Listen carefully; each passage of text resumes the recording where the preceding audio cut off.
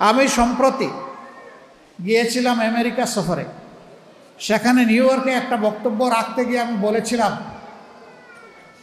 জামাতে ইসলামী যদি দেশ পরিচালনার সুযোগ পায়, কর্মজীবী মহিলাদের কর্মঘণ্টা 3 ঘন্টা কমিয়ে 5 ঘন্টা করা হবে।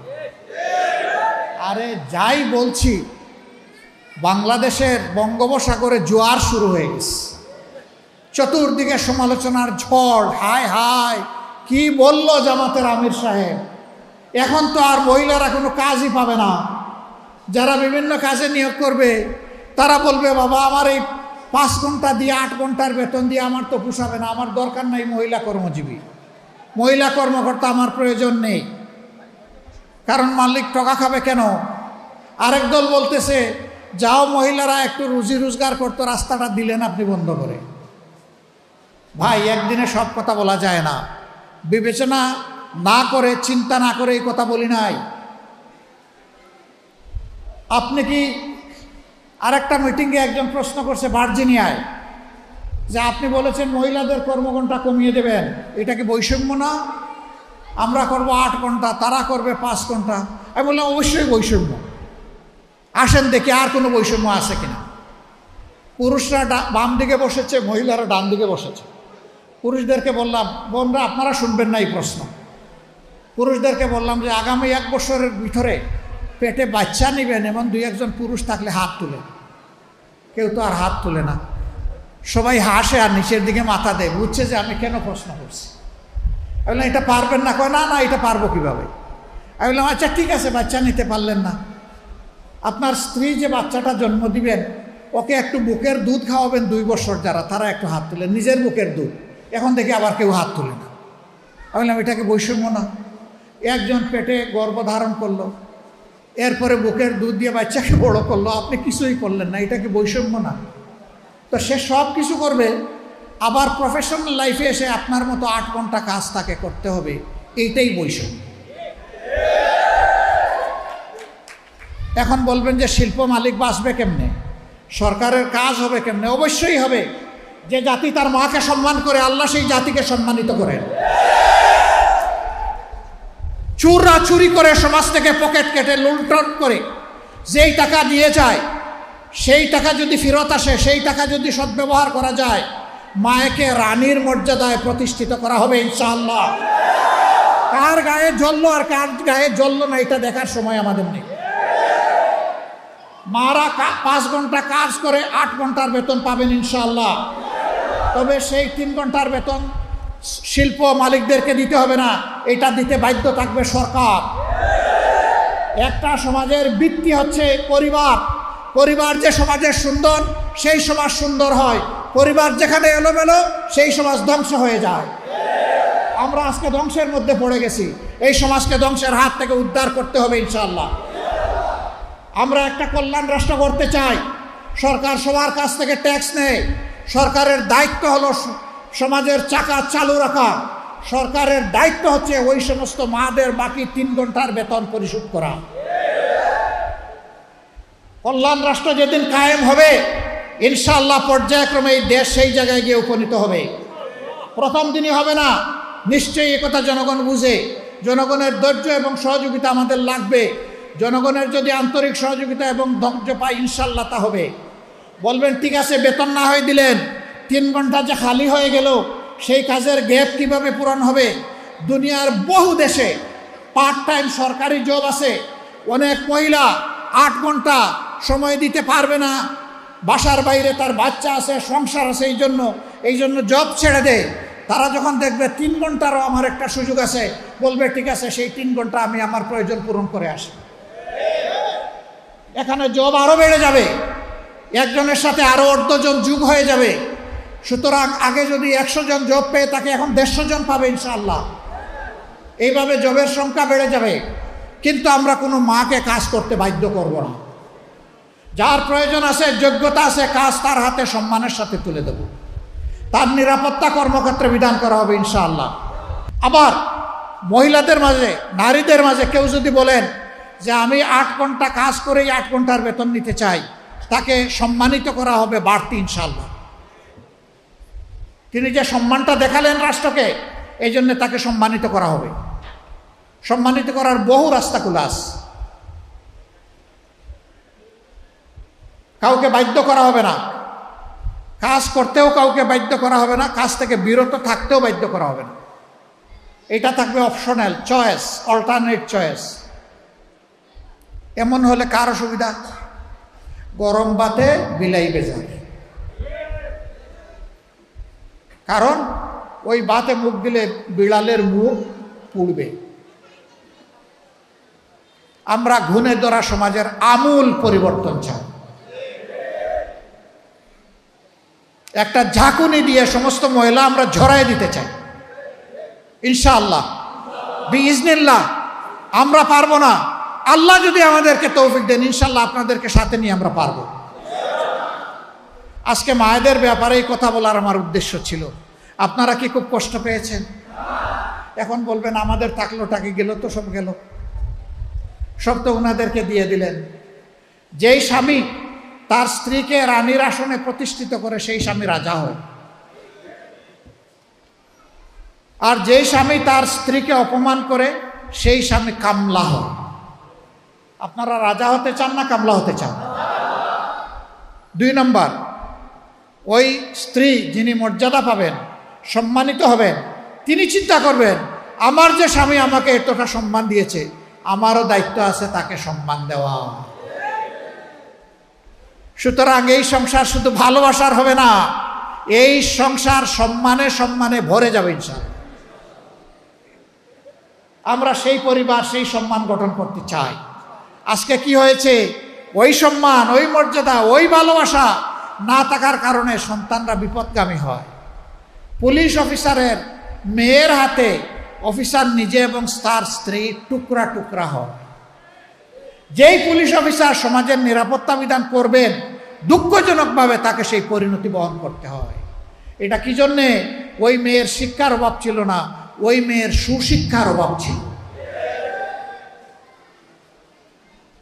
আমরা মায়েদের এই মর্যাদা প্রতিষ্ঠিত করব, সমাজের প্রত্যেকটি শিশুকে সুশিক্ষিত করে ইনশাআল্লাহ।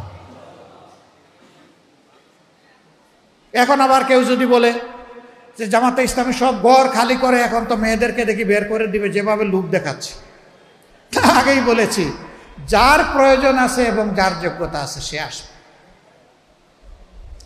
যিনি তার কর্মক্ষেত্র হিসাবে বাসাকেই, পরিবারকেই বাছাই করে নেবেন, তাকেও ভিন্নভাবে সম্মানিত করা হবে ইনশাআল্লাহ। তিনি রত্নগর্ভা মা হিসাবে মেডেল পাবেন, সম্মান পাবেন, রাষ্ট্রের পক্ষ থেকে আরো বহু ইজ্জত তিনিও ভোগ করবেন ইনশাআল্লাহ। এ রাষ্ট্রে কেউ বঞ্চিত হবে না, সবাই এই রাষ্ট্রের নাগরিক হিসাবে পরিচয় দিয়ে সম্মানিত বোধ করবে, আনন্দিত হবে ইনশাআল্লাহ, গর্বিত হবে ইনশাআল্লাহ। মাথা ছুত হবে না, ঠোঁট শুকায় যাবে না, দুনিয়ার কারো সামনে মাথা নত হবে না। সেই জাতিটা আমরা বিল্ড আপ করতে চাই। যুবকরা যারা বিয়ে করেন নাই একটু হাত তোলেন তো দেখি। যাদের বিয়ে বাকি হাত তুলেন। আর এইটা লজ্জার ব্যাপার নাকি? তুলেন, হাত তুলেন, দায়িত্ব আছে না আমাদের? গোটাগালি করা লাগবে না, হাত তুলেন। আলহামদুলিল্লাহ, বিপুল হাত উঠেছে চতুর্দিকে। এখন থেকে নিয়ত করো, ঘরে রানী তুলে আনবা, কামলা তুলে আনবা না। যাকে আনবা তাকে রানীর মর্যাদা দিবা, তাকে গোলাপের মর্যাদা দিবা। মার হক নষ্ট হবে না, স্ত্রীর হক নষ্ট হবে না, সকল হক ইনশাআল্লাহ তোমার পুরুষ উচিত ভূমিকার কারণে প্রতিষ্ঠিত হবে এই পরিবারে ইনশাআল্লাহ। যুবক বন্ধুগণ, শুধু পরিবার দেখলে হবে না, তোমাদেরকে দেশও দেখতে হবে। কারণ যত দুনিয়ার যত দেশ বদলেছে যুবকদের কারণে বদলেছে। এই দেশও গত বছর পরিবর্তন পেয়েছে যুবকদের হাতে। অভিনন্দন, তোমাদেরকে অভিনন্দন। কাজ শেষ হয়নি রে, তোমাদের কাজ শেষ হয়নি, কাজ বাকি রয়ে গেছে। সমাজের আবর্জনা এখনো আছে, সেই আবর্জনা পরিষ্কার করার বিরুদ্ধে আমাদের যুদ্ধ। এই যুদ্ধ করতে যুবকরা রাজি ইনশাআল্লাহ। যে যুবকরা হাত তুললো, মুরব্বীরা দায়িত্ব পালন করবেন, তাদেরকে উপযুক্ত পাত্রে তাদের হাতে তুলে দেওয়ার ব্যবস্থা করবেন ইনশাআল্লাহ। আমাদের যুবকরা চরিত্রবান হয়ে গড়ে উঠুক, আমরা এটা চাই। ডান বাম না চাক, দৌড়াদৌড়ি না করুক, সিরাতুল মুস্তাকিমে চলুক। আর জাতিকে সামনে নিয়ে বাঘের মতো ঝাঁপাইয়া পড়ুক, পিছনে তাকাবে না, পিছন নিয়ে কামড়াকামড়ি করবে না, অতীতের কেসাল পাকাবে না। যুবকরা সামনে দেখবে, আমরা তাদের সাথে আছি ইনশাআল্লাহ। আমরা যুবকদের বাংলাদেশ গড়তে চাই। এখানে আসার পথে অনেকগুলা কিশোর ছোট ছোট 5 থেকে 10 বছরের ভিতরে তারা এসেছে, তারা হাত মিলায়, এরাই আমাদের বাংলাদেশ, এদের জন্য বাংলাদেশ, এদেরকে নিয়ে বাংলাদেশ ইনশাআল্লাহ। এখানে শিশুদের মাঝে কোনো ভেদাভেদ হবে না। কোন শিশু সম্পদশালী পরিবারে জন্ম নিল আর কোন শিশু দুঃখী পরিবারে জন্ম নিল, একটা কল্যাণ রাষ্ট্র, ইনসাফের পর প্রতিষ্ঠিত একটা রাষ্ট্র এটা দেখবে না।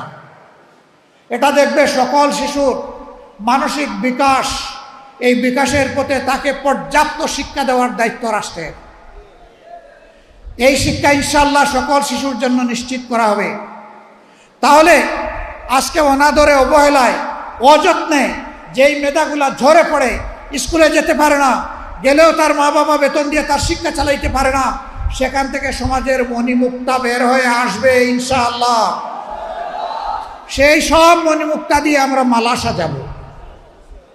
আমরা সেই সোনালী সমাজ গড়ার স্বপ্ন দেখি। এই সোনালী সমাজ গড়ার স্বপ্নের সারথি আপনারাও হবেন, এটি আপনাদের প্রতি আমাদের আহ্বান। আমাদের কথা যদি খারাপ লাগে আমাদেরকে বলবেন, যদি ভালো লাগে বিশ্বাস করবেন, তাহলে এটা জনগণকে বলবেন, জনগণের কাছে ইনশাআল্লাহ পৌঁছে দিবেন। আপনারা কি আমার এই অনুরোধটা রক্ষা করবেন? আপনাদেরকে অসংখ্য মোবারকবাদ। 15 নম্বর আসনে আমার প্রিয় সংগঠন আমাকে দায়িত্ব দিয়েছে এখানে আপনাদের প্রতিনিধিত্ব করার আগামী দিনে, যদি আল্লাহ কবুল করেন। আমি আপনাদেরকে কথা দিচ্ছি, আপনাদের সমস্যা নিয়ে আমার কাছে পয়সা খরচ করে যেতে হবে। আমি এবং আমার নিয়োজিত লোক আপনাদের কাছে আসবে পয়সা খরচ করে এসে। এটি হবে আমাদের দায়িত্ব। সমাজের মৌলিক সমস্যাগুলাকে, সমাজের মাঝারি সমস্যাগুলাকে, সমাজের ছোট সমস্যাগুলাকে, এমনকি ব্যক্তি পরিবারের সমস্যাগুলাকে, সেটা জানা হবে আমাদের দায়িত্বের অন্তর্ভুক্ত। আমরা জানার পরে তার অগ্রাধিকার নির্ধারণ করব, কোনটা আগে বাস্তবায়ন হওয়ার দাবি রাখে, কোনটা পরে দাবি রাখে, অগ্রাধিকার সাজিয়ে আপনি যে আমাকে দায়িত্ব সমঝিয়ে দিলেন, আপনাকে নির্ধারিত সময়ের ভিতরে জানিয়ে দেওয়া হবে এই কাজটি আপনার ন্যায্য পাওনা ছিল, এটা হয়েছে। এইটা আপনার ন্যায্য নয়, এটা হবে না, এটা অন্যজনের ন্যায্য, তার পাওনা তাকে সমঝিয়ে দেওয়া হয়েছে। এই কাজটা আপনার ন্যায্য, কিন্তু এটা এখন আমরা করতে পারি নাই, এটা আন্ডার প্রসেস। আপনি আশা করি এতদিনের মধ্যে আপনার এই কাজের রেজাল্ট আপনি পাবেন। তাহলে একটা মানুষ অনিশ্চয়তায়, হতাশায় ভুগবে না, তার একটা আস্থা থাকবে যে আমার ওই সময় ফলটা পেকে আমার হাতে আসবে, আমি আমার ফলটা পাবো ইনশাআল্লাহ। আমরা সেইভাবেই আমাদের সমাজকে শুধু 15 নম্বর আসন না ভাই, 56,000 বাংলাদেশ মাইলের বাংলাদেশকেই আমরা করতে চাই। একা একটা আসন কি আলাদা হয়ে যাবে? সারা বাংলাদেশ যেমন হবে 15 নম্বর তেমন হবে। অসংখ্য সমস্যা এখানে আছে, আমি ঘুরে ঘুরে বোঝার চেষ্টা করছি, আপনাদের থেকে শোনার চেষ্টা করছি। মিটিংগুলার মাঝখানে যাদের সাথে বসার সুযোগ পাই তাদেরকে জিজ্ঞেস করি কি কি বিষয় বলেন, শুনি, এরপরে নিজের চোখ দিয়ে ওগুলো দেখার চেষ্টা করি, নিজের বিবেকের সাথে মিলানোর চেষ্টা করি। আমি মানুষটা অমর নয়, মরেই তো গেছিলাম 19 জুলাই। আল্লাহ আমাকে সেকেন্ড লাইফ দিয়েছেন, আলহামদুলিল্লাহ। আপনারা দোয়া করেছেন, আমি আপনাদের কাছে কৃতজ্ঞ ঋণী। দোয়া করবেন, হায়াত আল্লাহ যতটুকু দিবেন সেই হায়াতটা যেন মানুষের কল্যাণে হয়। আপনারা একটু দোয়া করবেন তো। আমি কিন্তু আপনাদের কাছে বুট চাই নাই, মন খারাপ করছে? সবাই তো এসে বুট চাই, আমি যে চাইলাম না, এটা কি আমার অপরাধ? কেন আমি চাই নাই জানেন? আমি বিশ্বাস করি আল্লাহ আপনাদের প্রত্যেককে পর্যাপ্ত বিবেক দান করেছেন। কোনটা ভালো, কোনটা মন্দ, কোনটা ন্যায়, কোনটা অন্যায়, আগামীর জন্য কোনটা কল্যাণকর হবে এবং কোনটা কল্যাণকর হবে না তা বোঝার জন্য আমি বিশ্বাস করি আপনারা সকলে যথেষ্ট। এবং আমি এটাও বিশ্বাস করি যে আল্লাহ তাআলা জ্ঞানের নিয়ামত আমার থেকে আপনাদেরকে বেশি দিয়েছে, এটা আমার আস্থা। আপনাদের প্রতি এটা আমার সম্মানবোধ, আমি এটাই মনে করি। এই জন্য আমার চাওয়ার প্রয়োজন নেই, আপনিই ঠিক করবেন আগামী দিনে আপনি কাকে আপনার আমানত সমঝাবেন। আল্লাহ আমাদের সবাইকে আগামী দিনে সঠিক সিদ্ধান্ত নেওয়ার তৌফিক দান করুন। আমরা এই কয়টা মানুষ সিদ্ধান্ত নিলে হয়ে যাবে না, তো গোটা সমাজের সহযোগিতা লাগবে। এই জন্যে আমার যে কথাগুলো সঠিক মনে করেন, আমি অনুরোধ করব যে আমার মতো করে আপনারা মেহেরবানি করে সমাজের মানুষের কাছে এই কথাগুলো পৌঁছে দেবেন। আল্লাহ তাআলা এর বিনিময়ে আপনাদের ইজ্জত বাড়িয়ে দিন, আর এই সমাজের মুক্তির ব্যবস্থা আল্লাহ করে দিন।